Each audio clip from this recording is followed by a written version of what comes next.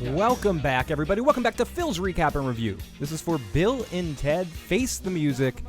A little bit of a review, obvious spoilers in there. I mean, it's a Bill and Ted movie, but there's still spoilers to be said, so they will all be here. I guess to start off, I will give a quick review without spoiling anything and just give you an idea of what I thought of the movie. If you enjoyed the first two, I generally think you'll enjoy this one. It's not a perfect movie. It has some things I'm going to pick apart and maybe get a little whingy on. But for the most part, I had a really great time watching it. And it was worth them doing it. You know, sometimes when they do remakes and or multiple year sequels, you question whether it's worth it or not. And I think the obvious friendship that these two have that you saw in all the press for it, which I don't think was fake, and also just within the movie with them acting together, to see some of the joy I think that both of them were getting out of making this, I think that alone made it worth it because they're people that really do love each other and love working with each other. And Alex Winters obviously has had a different trajectory of his career, also successful, not mega crazy movie star like Keanu has become. But it is great to see him on screen again because Alex Winter is so much a visual representation of a lot of the movies I liked when I was a kid, whether it be The Lost Boys, Bill and Ted, Once Bitten. Is that the other one? I don't have the list of the IMDb in front of me, but I just remember him showing up in a lot of movies when I was a kid. And seeing him on screen again, he creates a lot of joy, and especially playing some of those little side characters in all the different generational versions of themselves that we'll get into in a bit here.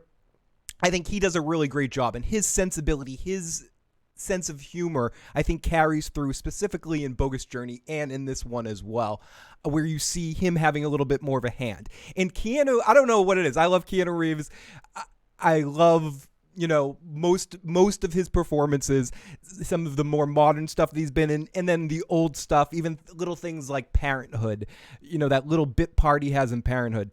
I've always loved him, and going back at this, it's really awesome to see him doing this. And it's been said before, be like Travolta going back and doing Barbarino or something like that. It's just really good to see him not take himself as serious as he could by saying, I'm too good for Bill and Ted. No, he's psyched. And if you see him in all the interviews and stuff, Keanu looks more excited to talk about this movie than he has been any other movie ever in his life. You know, he doesn't love interview type situations, and he's often kind of distant and often kind of, I don't know what I'm talking about, and just being whatever.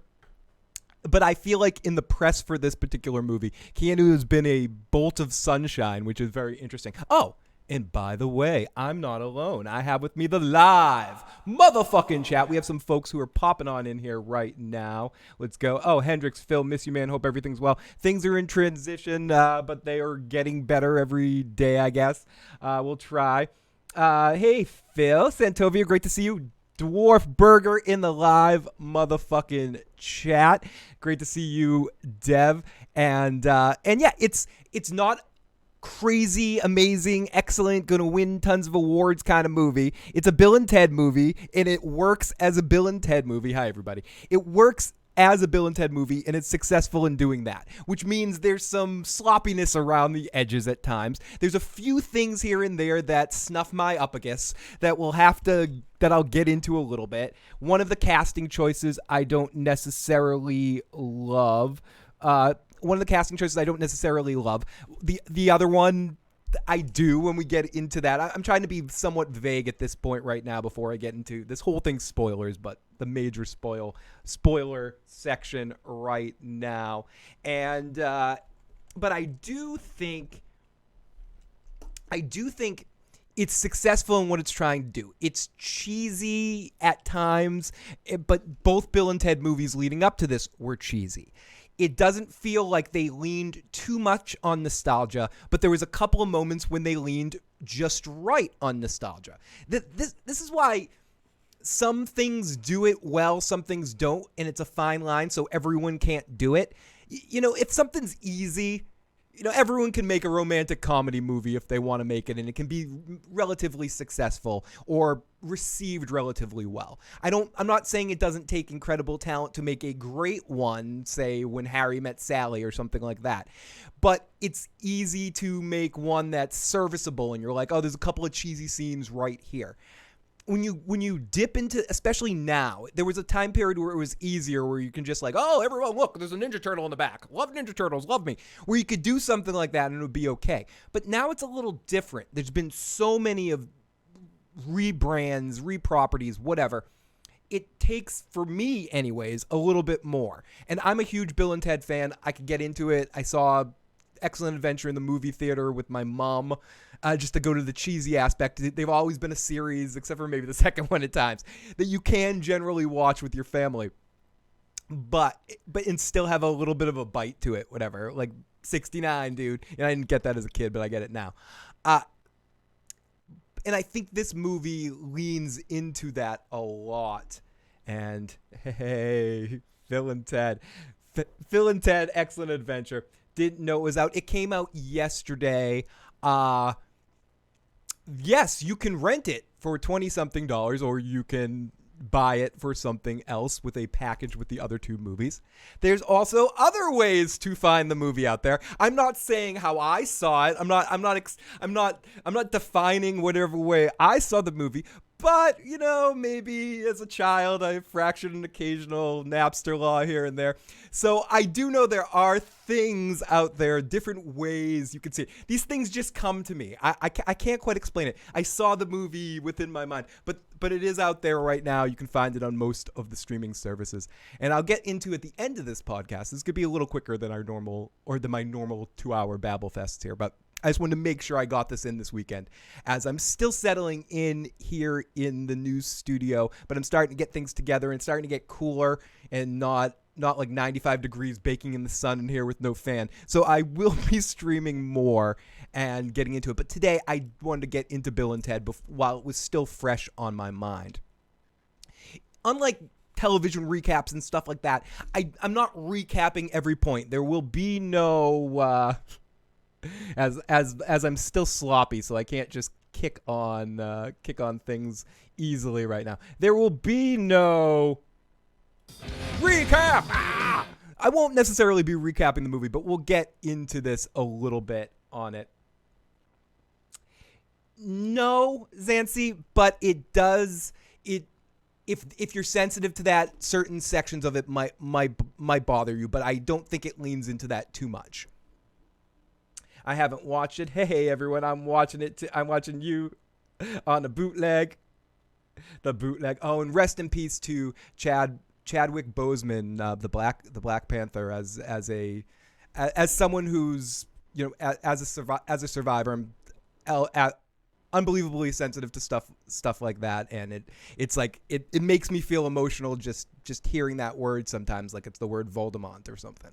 Just having gone through, not the same thing at all, but having gone through the steps of it, so it's, and I understand why sometimes when you go through that, you might want to keep it to yourself and stuff, because it feels very, I don't know. I don't get down a rabbit hole of that right now, but just to say that, rest in peace, and it is a horrible fucking thing that has taken too many lives, and yeah, there's that. But within that, obviously, too, Bill and Ted kind of equals into that, the way of what Bill and Ted stands for, and within that is a way of having a general positivity or something. The be excellent to each other, party on, all that vibe, that general emotionalness, I think, is the main through line through the entire movie.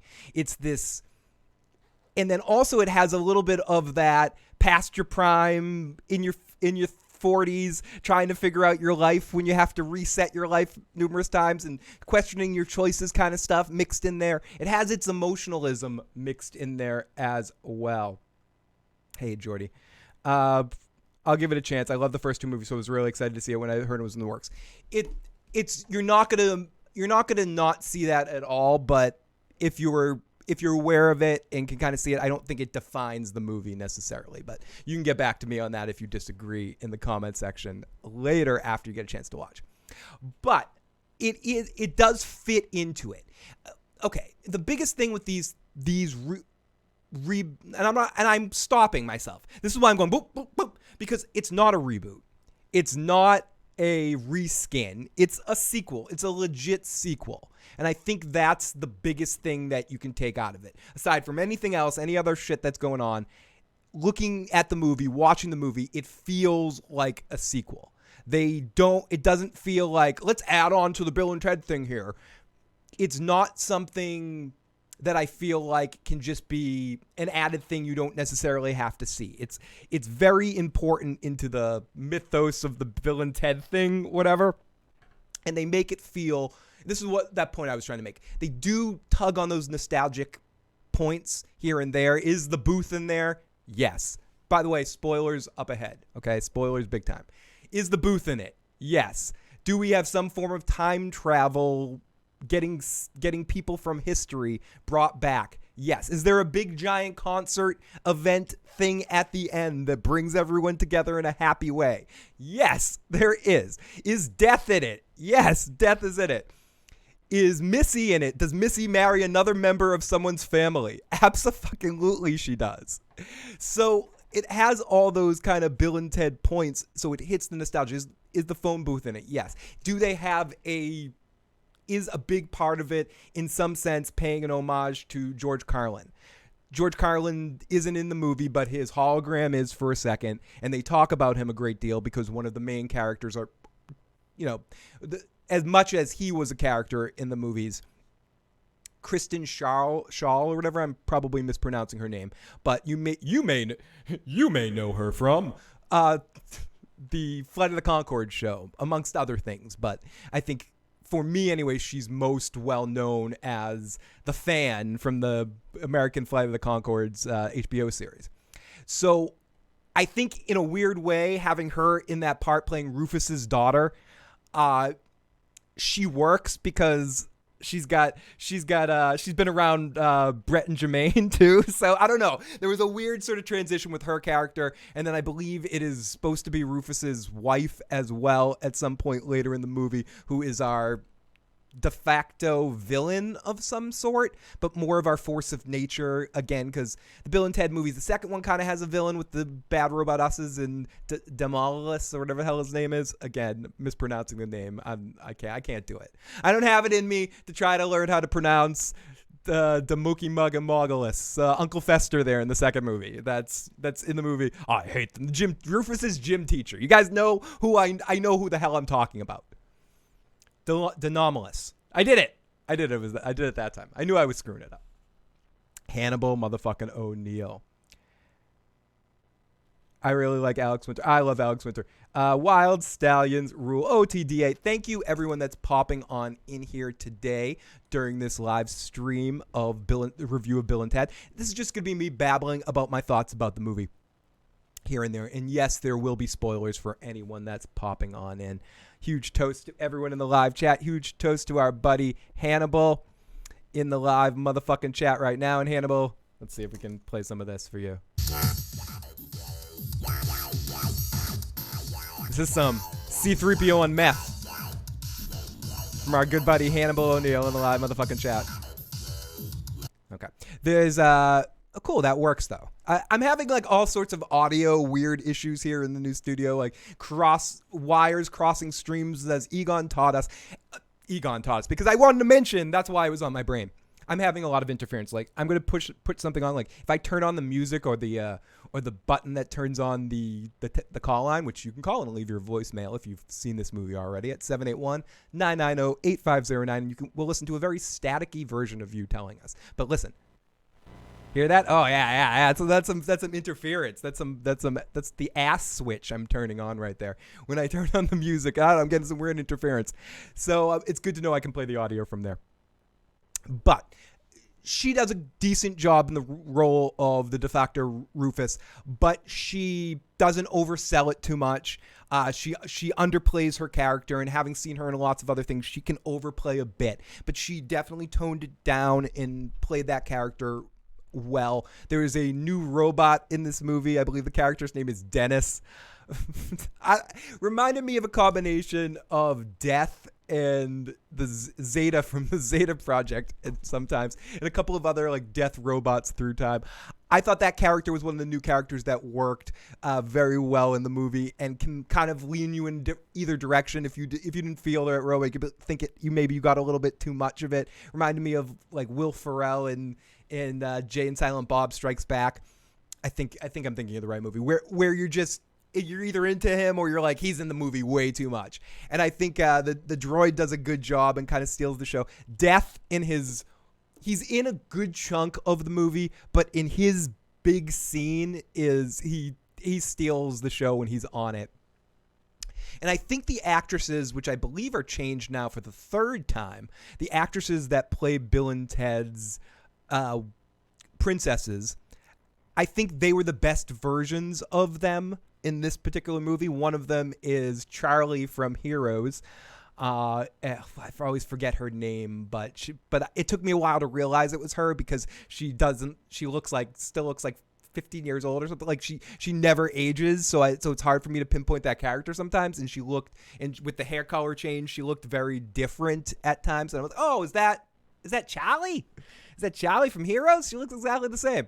And I know she was on the Glee as well.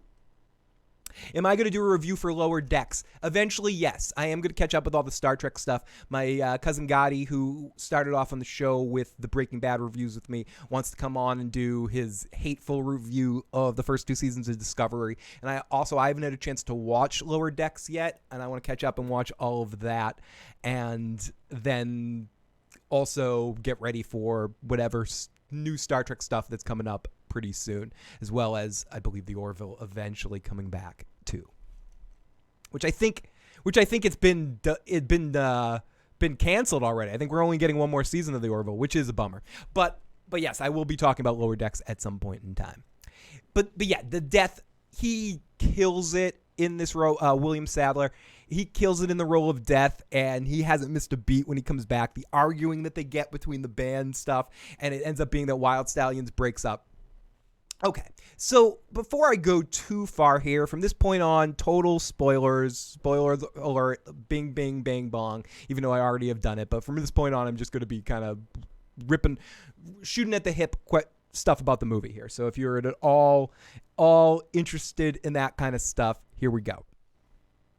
I would love to see a hateful review of Discovery. Basically, I was going through a lot of crap over the last couple of months, but my cousin Cudi was watching Discovery for the first time. He had gotten CBS All Access to watch Picard, and he decided to make his money here, get the most out of his money. So he watched all of Discovery, and he immediately did not like it. And he started to text me, and I was going through a stretch when my studio was packed up, so I couldn't do a podcast at the time, but I just collected every one of his texts about hating on Discovery. And I'm going to go back, and we're going to do a show where I read stuff and expound on it. Excuse me. It was in that time period where I referred to different topic, different day. Okay, so the Bill and Ted movie starts out here, and I've conveniently left out 2 characters, but I didn't want to talk about the princesses. I think they're really good.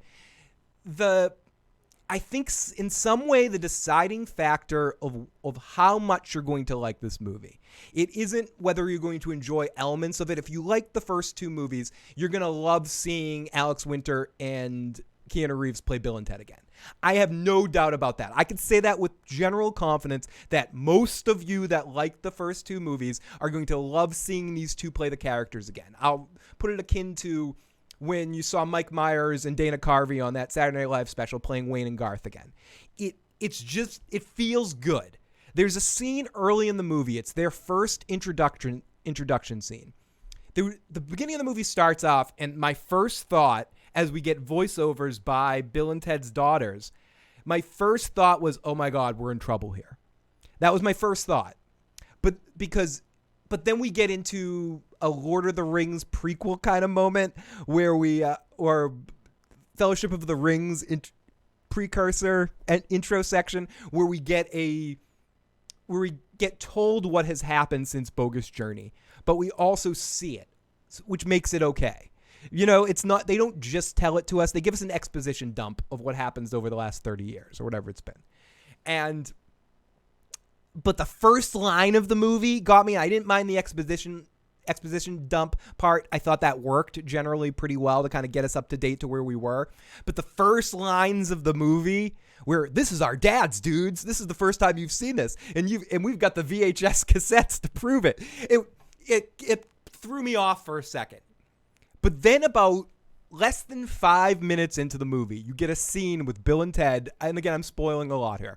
The first scene you get with Bill and Ted, they're speaking at Missy's wedding, who's marrying Ted's younger brother, Deacon. And they're giving a speech at the wedding leading into the first dance where they're going to play a song and kind of be like, maybe this is the song that's going to save the world. And the two of them play this multi-instrumental song where, again, spoilers alert, where Bill's doing throat singing. Keanu's like playing a trumpet and using a theremin and picking up a flute at one point in time. It generally made me stop and laugh out loud. Like no, this is funny. I stopped, I paused the movie and I went just in the music, hearing the music come together. And then you see their two daughters come out and watch them and be like, dude, you guys are awesome. And being like the only people in there into them. And Ted's dad's a general part of the movie too.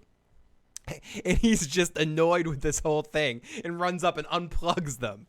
And you also get in the history that when they played God Gives Rock and Roll to You in that moment and had a #1 hit, but it wasn't the song to connect the universe, right? And they even say in the whole intro section, in the Lord of the Rings intro section, that they had a hit album, or had a one-hit wonder, then didn't ever amount to it. It gets explained later when they go to the future and they're getting chastised by Rufus's wife, I think, or Rufus's mother, or I forget who it is. They never actually are specific about it. I think it's his wife. And they get into it and they're like, is it true that you guys once played the Grand Canyon? They're like, that is true. Is it true you played, but last Friday night you played Ronnie's down on, for 6 people down at Ronnie's on 4th Avenue. And most likely the reason why, because it was $1 taco night, whatever that is. So you get Bill and Ted like you want them, where they're a mess. There's some amazingness about the first time you see Bill and Ted in that first movie when they absolutely suck. And when you, as a musician or as a performer, working your thing, you suck too. Everybody sucks. If you listen to not that I'm great at this or playing the bongos or playing the trumpet or playing the drums or doing anything I can do. But if you saw some of the first times I did it, I might look like an expert. The first time I podcasted, first of all, I didn't show my face. I was like this. Hi, everybody. Like, you can even see it on this channel. If you go to, like, first video, I think it's the Breaking Bad stuff where I'm not on screen. And then the first time I'm on screen, the microphone's, like, here, and I'm talking, hi, everybody, this is the podcast. Like, come on. Everyone sucks. And seeing Bill and Ted suck so much is part of the joy of watching them. Hey, how's it going? It's not a porn stash. It's a beard. It's just the rest of my beard is so white you can't quite see it sometimes. It looks like it could be my stuff. But no, it's not a porn stash. It's just I'm going so gray in the beard. Play the best song in the world. It's the best song in the world. It should have been that. There was a celebrity cameo at one point in time where they steal the song from somebody else, and it ends up being Dave Grohl. But it should have been Jack Black. It really should have been. So the movie starts off at that wedding celebration for Deacon and for Missy, and we get a funny introduction to Missy marrying another one of the clan, having a different relationship where Bill and Ted being Bill and Ted.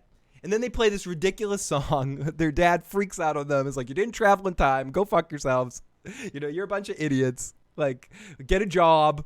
Stop trying. You failed. You had your 5 minutes of success, and be gone with you.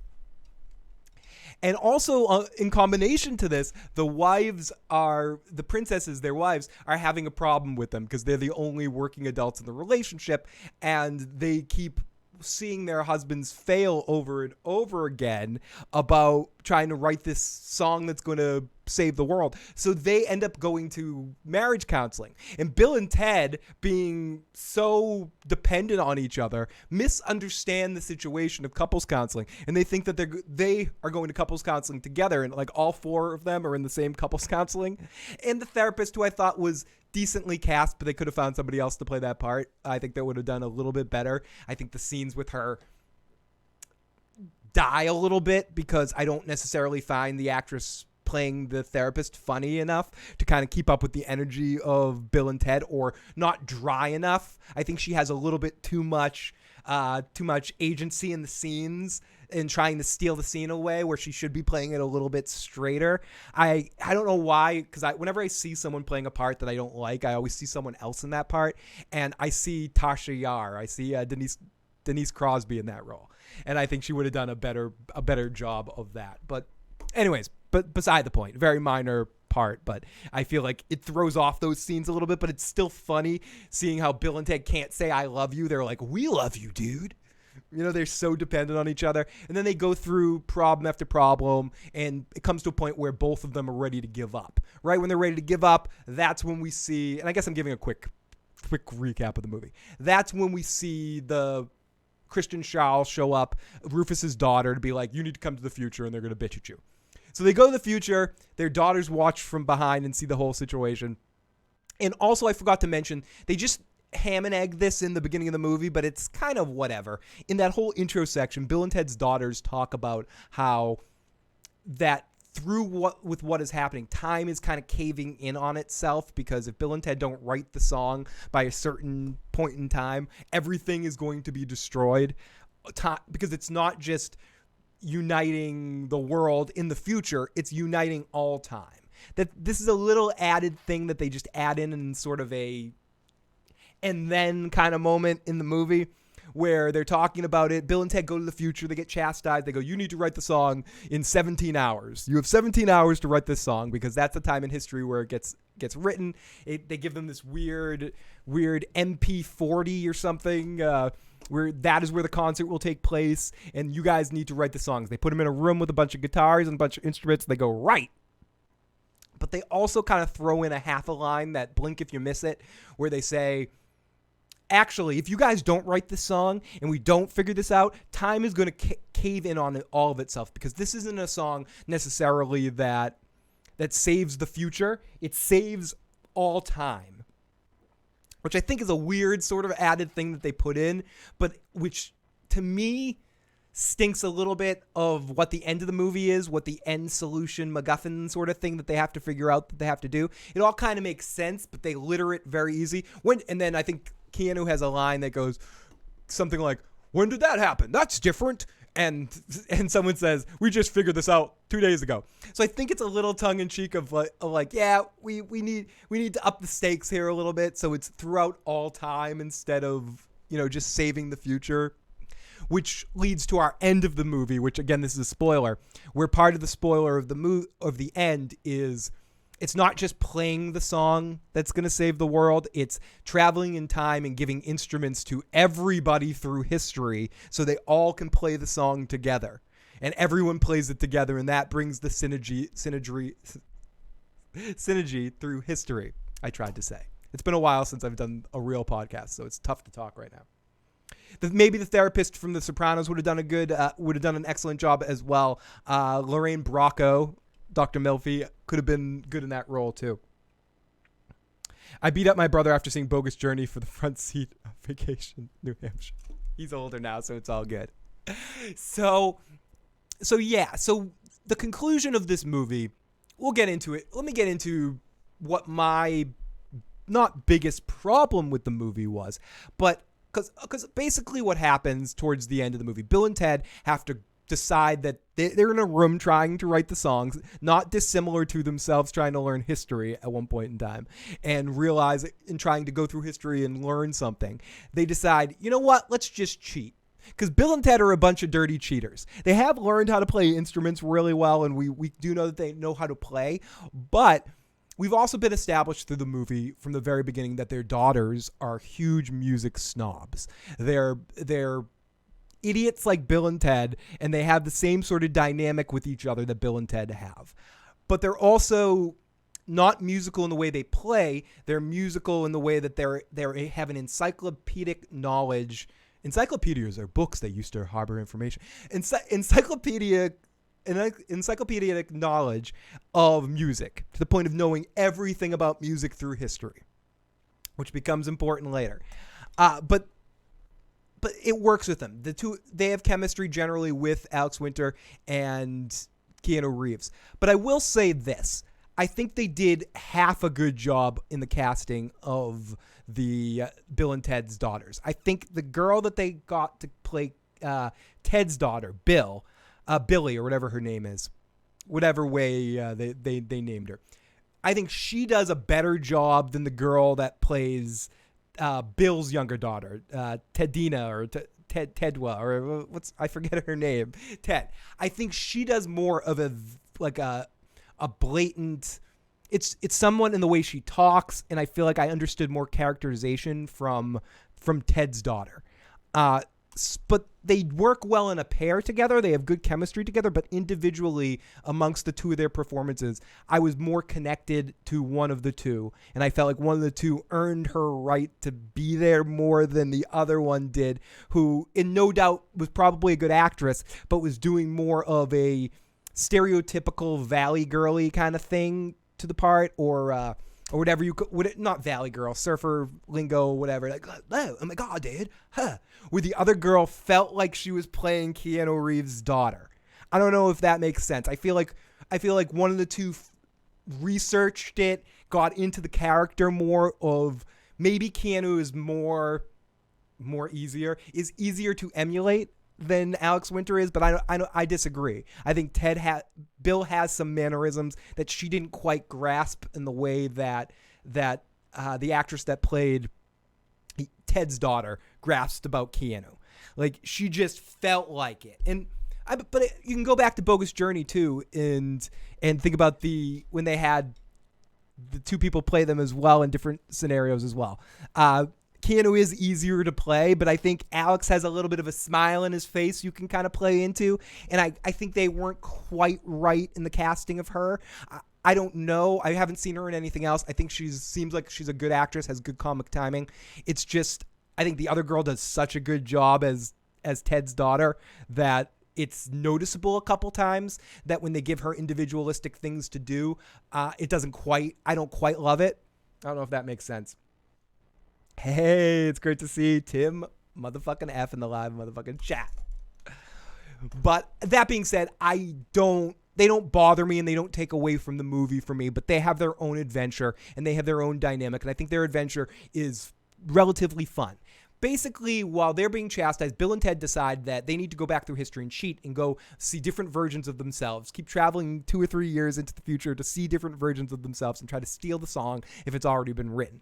And at the same time, everything in San Dimas, which is like the prime timeline place, is starting to fall apart. It's like the end of a Buffy season where, dogs and cats living together, mass hysteria. People from future are people in the future, the past of all times. They're zapping on in there. It's a whole bunch of evil shit going on.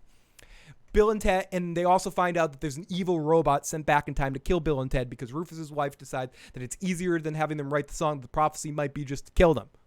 Okay, so similar to the second movie, Kristen Schaal goes back to the main timeline to go try to help them out and save them, but bumps into the daughters, and the daughters decide that they're going to go help try to form the best band ever to play the greatest song ever. The greatest song ever. More money to Tenacious D right now. To go play the song that's going to bring the world together. They need to get all these amazing musicians. So they travel back in time to go get Jimi Hendrix, Louis Armstrong, Mozart, Ling Lung, this amazing drummer that they get, and they bring them on. They have a Bill and Ted like adventure, bringing the band together, and we get some back in time kind of feel with them.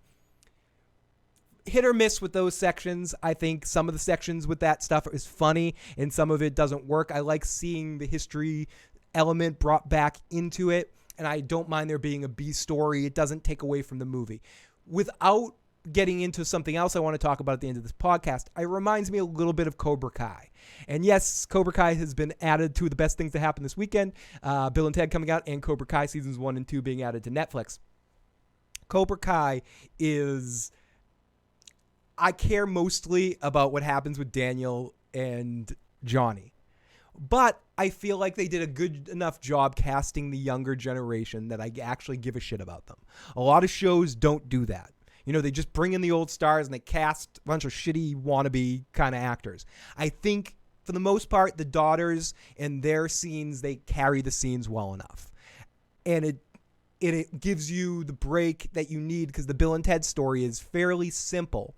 Maybe it has a complex conclusion, but basically what Bill and Ted do is the same scene over and over again, is them going to see themselves in the future and having some sort of problem with their future selves not writing the song and having some sort of fight with their future selves. Each individual scene is hilarious into on itself. Keanu getting into a fight with his future self, watching future Keanu become an alcoholic over time, and eventually getting to see how Keanu and Alex get into character and get into these big costumes.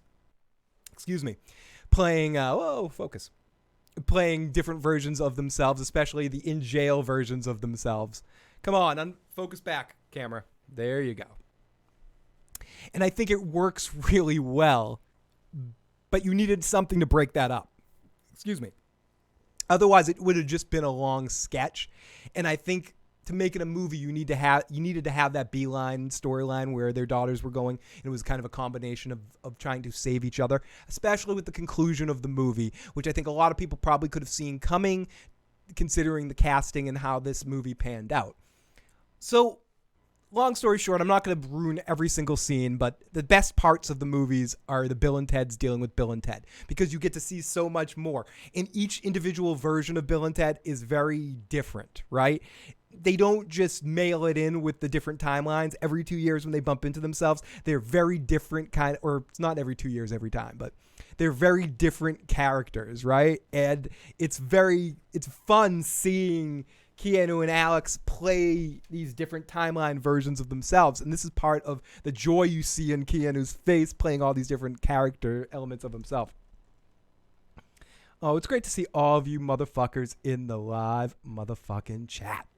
Ah, yes. Party on. Wayne and Garth, party on, everybody. Thank you for joining me for this unannounced afternoon stream, which is always precarious, so it's really awesome to see anyone popping on in here live. And if you're watching this later on replay, please let me know in the comments section what you thought of Bill and Ted when you got a chance to see it, and please help share the channel and the podcast with a friend to help us keep growing. Been away for a while and want to keep going and keep trying to grow here and there as we can. So thank you everybody for sharing us and spreading the word of all these issues. And yes, Joe will be back soon with me doing a podcast. I feel like I need to get the bicycle running here before I bring other people in. Otherwise, I might have an explosion.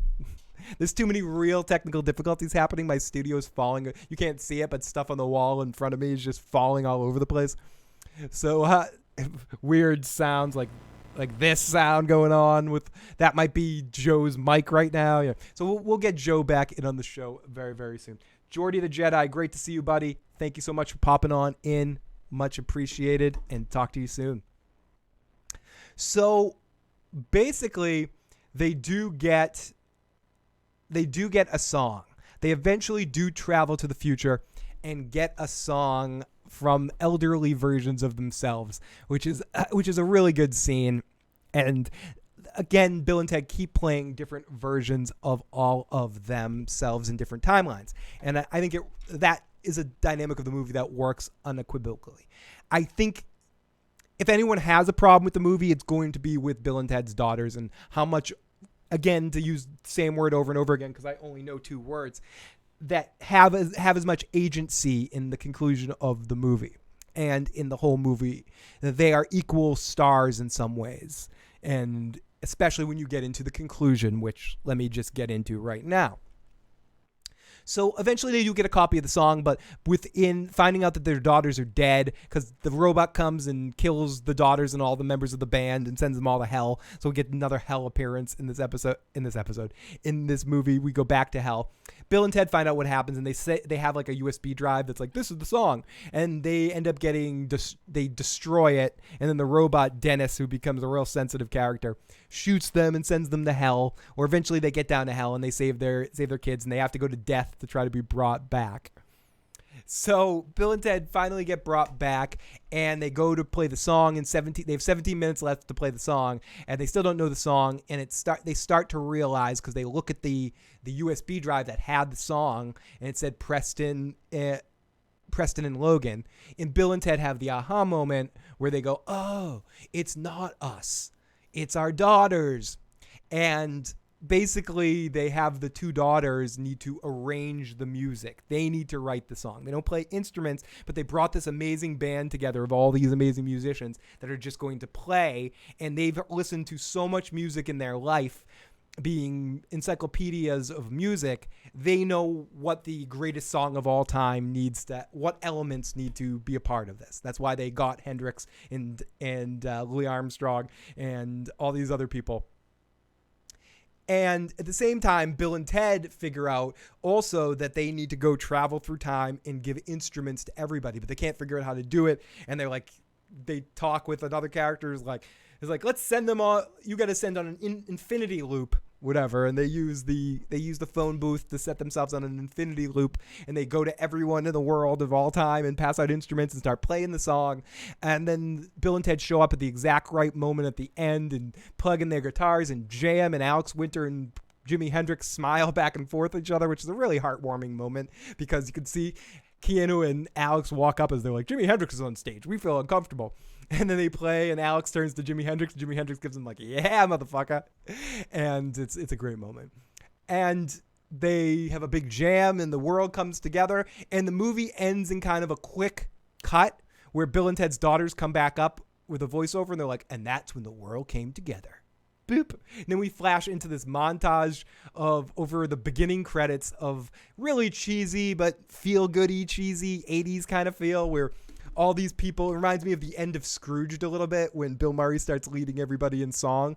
It's everyone dancing goofy with this like video camera style. It changes from like the film perspective and shows you like a video camera of people dancing to the credits and stuff and playing instruments dressed up like Bill and Ted. It's very cheesy but very heartwarming. Just watched Phil's first show with a mic in front of his face. Yeah, I wasn't kidding about that. Was I, real YT? Could have used some better musical acts from the past. I hear you there in some ways of like some of the cameos, and even if you think about Bogus Journey had Primus in it and had guys from Faith No More. You could have done even more cameos and elements from music stars. I mentioned Jack Black. It would have been cool to have Jack Black in there. I feel like Weird Al was in there for a second, but I could be wrong. You got Dave Grohl, but I feel like you're right. You could have done more. I did like the stars that they chose to go back, but I think you could have pounded that band out even more so with more versions of people. But I thought it worked pretty well.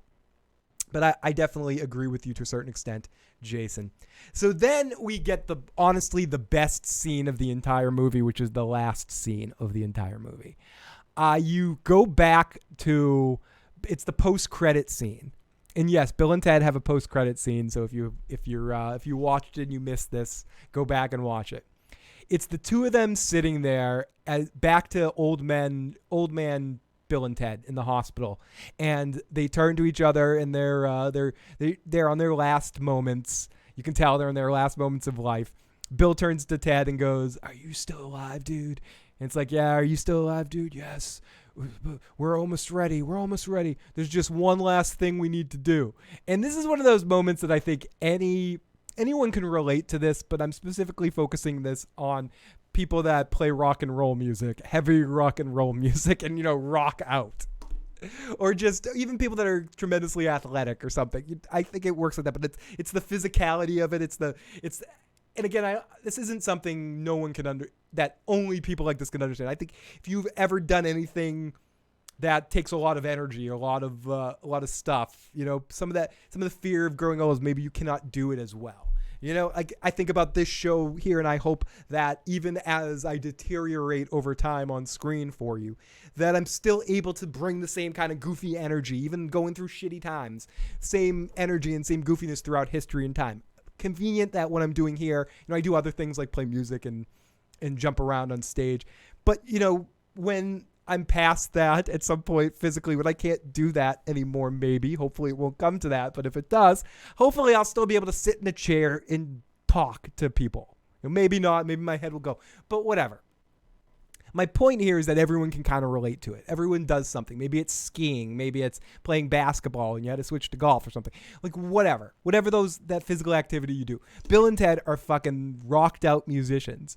And the first time we see them, they jump around like crazy playing their instruments. Now we see them in their last days, 90 plus years old, probably getting ready to pass away. And they turn to each other and it's like, we got to see, dude. See what? If we still got it. And then it cuts to a scene of the two of them dressed still in character of the really old Bill and Ted. And they start shredding on their guitars, jumping around like a bunch of fucking morons doing the Bill and Ted thing. All in makeup and character. And I can't explain it. And honestly, that was the moment in the movie that brought a tear to my eye. There's a couple of moments where I think they wanted me to get emotional, but that was the moment where I got emotional. And then they turned to each other and was like, we still got it, dude. We still got it, dude. It's that feeling, and there's nothing that I enjoy more of that feeling of throughout your life, wherever you may be along the shit cycle that is the fucking, that is life sometimes, the up and down fucking roller coaster of bullshit. When you get to the end, you want to know if you still fucking rock. That's all you want to know. I want to know if I still got it. I want to know if I still can explode, jump up and down like an idiot, do backflips. If I could do backflips, I can't do backflips. I'll just break my neck. But maybe if I got the right donation, I might have to do that. But I think on one cast somewhere, I did fall out of my chair. I think there's that. So I think this movie does an excellent job of filling me with nostalgic feels about Bill and Ted without leaning too heavy on just nostalgia. It creates something relatively new, a new dynamic to the story that feels needed in the story, unlike some long sequels that might feel out of place. And I hope, as I'm talking around this, I hope Ghostbusters feels more like this than the latter that I'm talking about. When we get Ghostbusters Afterlife, is that what it's called? When that comes out, I hope it doesn't feel like this is unnecessary. I hope it feels like, okay, I get where this fits into the storyline of everything. And I think if you're going to do something like this, especially after a long period of time, you need to rationalize its existence. Did I expect a Bill and Ted movie to be without cheese? No, every Bill and Ted movie has big cheese sandwiches mixed in. Did I expect it not to be focused on a younger generation to a certain extent? I expected some big dynamic of this. It was less than I feared, but as much as I needed, but not too much, if that makes sense. Like going in, and even in the first moment of the movie, I'm like, oh my God, this is going to be a movie about their daughters, and this is going to be, Bill and Ted are going to be secondary characters in this. Oh my fucking God, they fooled me. And it's not that. Bill and Ted are still clearly the main characters, clearly the stars of the show. The daughters are just big-time secondary characters and fit in to the story just enough to not piss me off, but enough that it works, because I think partly is, again, I've said the girl that plays Keanu's daughter does a real excellent job at it, and I think works extremely well. Technical difficulties. There we go. I forgot to put up this screen. I'm almost at the end here, and I forgot to fucking do this, dude. What the fuck? What the fuck's my problem, dude? I'm so out of practice, dude. I can't even mix and match my visuals here, dude. What's wrong with me? So I do think the movie rationalizes its existence, which I think is the most important thing when you're dealing with a movie like this. I think it's fun, but not perfect. Has a lot of stuff that you can rip apart and break apart, but it's a cheesy comedy based. It's just as bad or good in that way as the first two movies that you can pick apart, and it fits well into it. It defines itself as a Bill and Ted movie, not a cash grab, which I think is the most important thing. You can feel the love that went into making this movie, and I think that's what people are feeling that are liking this movie. Is it easy to pick apart? Yes, and I think you're going to see some negativity maybe come out on this eventually where people can pick it apart, but I think it does fit well into the Bill and Ted saga of the movies, and yeah, I generally really liked it. So that's my review of Bill and Ted.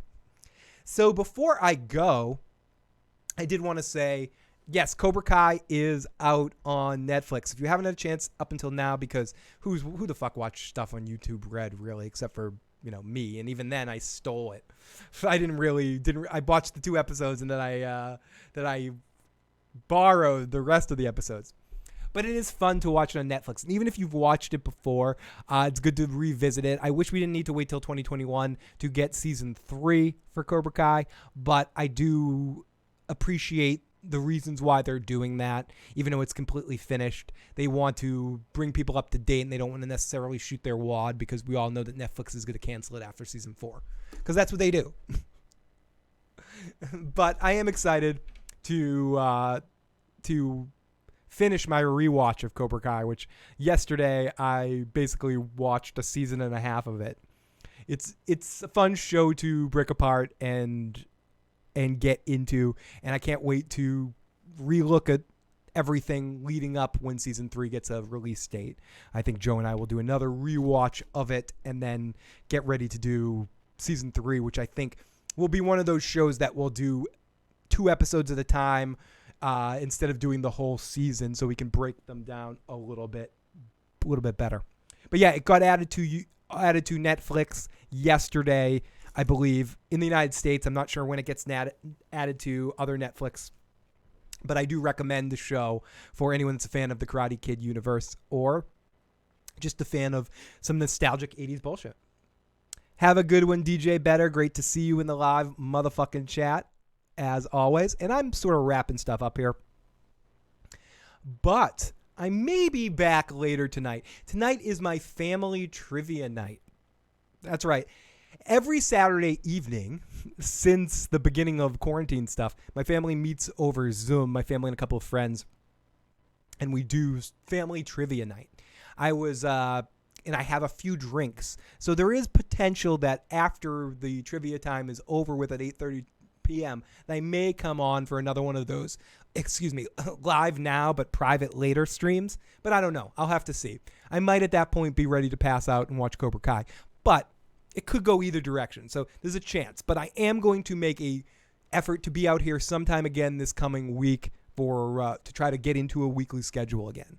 Now that it's starting to get cool and I've done an actual podcast on something, not just being, I'm drunk, I'm podcasting. Hi, everybody, I'm back. Here's my sad life. Instead of doing something like that, I'm actually talking about something. So it'll be easier to get back into this habit again. There's a lot more fun stuff to break apart. I got to watch some new stuff to get into that as well. But I do want to go back. Matt and I have been talking about, we're going to get into the Soprano episodes. We know we have a couple of new listeners that have been coming on and want more Soprano stuff. So we'll definitely get into that. Number 1 on that list is Phyllis. I want to say a big hi to Phyllis. I see that we have 2 voicemails from Phyllis that I'm going to wait to play until Matt and I can get on the Sopranos cast, or I'm doing a more generalized thing. So thank you for that, Phyllis, and thank you for all your support and everyone in the live motherfucking chat. Will I be doing a review of The Boys Season 2 when it's out? Hell fucking yes. And I think it's going to be released in bits and pieces. I think it's September 12th. The first 3 or 4 episodes are being released, and then it's being released in bits like that. I will 100,000% be talking about The Boys either as a whole or individual episodes. But yes, fuck yes. Probably as a whole. Just because I won't be able to wait to binge it from episode to episode. Yes, Antovia is worth it. I've already re-binge watched the first season and halfway through the second season as well. And it's interesting watching it on Netflix. I'm not saying it feels different, but there's some visceral feeling of it all that feels a little different, and it makes it feel new again a little bit. But I love it. I almost bought some Coors, whatever the champion, whatever Johnny drinks, the little Coors. Hey, Kristen, great to see Kristen in the live motherfucking chat. So yes, last thoughts here on Bill and Ted. Definitely watch it. If you're a huge Bill and Ted fan, it is kind of immediate watching, especially right now when there's so few movies coming out and so hard to kind of get a hold of some new stuff. I think it's worth it to watch it, and it definitely opens itself for multiple viewings too. So if you dig the Bill and Ted movies and you watch them multiple times, I think this is going to fit right into it. And I cannot say enough good things about how I felt watching the movie. You know, it is one of those I feel cheesy and happy watching it kind of movies. Oh my gosh. Oh my goodness. I feel good watching this movie. La la la la la. But, Phil, there are problems with it. What about the third act bullshit? And what about... Oh, I don't care. It feels good. So, I mean... If you can quiet your bullshit mind, you know, it's a Bill and Ted movie, you know, relax, get on the roller coaster ride, and enjoy the goofiness. I would say that's the best thing about it. So, everybody, I want to thank you. Thank you for giving me the best time of my afternoon. No, thank you for exactly, Real YT. I'm not suggesting doing that. I'm suggesting that there are other ways. Of course you should pay the $20. Because that's the only way you can watch it right now. So, please don't watch it any other way, because I totally didn't. That's all I'm saying, okay? There are ways to watch it. But come on. I totally paid the $20. I have $20 to pay for anything right now. Hey, Bernie, great to see you. Perfect timing. We're just ending things right now, but I'm so happy Bernie was able to pop in and say hello. Fire stick. Put locker. Oh, you know what I got to do? I got to put some stuff in my locker. I need to go down to the gym and put some stuff right in my locker. That's what I got to do right now. So, by all means, pay the $20. Watch the movie. It's worth it. It will make you feel good. But again, I'm all for supporting the creative endeavors of Orion Pictures and Alex Winters and Keanu. You know, Keanu is not making anything on the new Matrix movie, and Alex makes nothing off all the documentaries he directs. No way.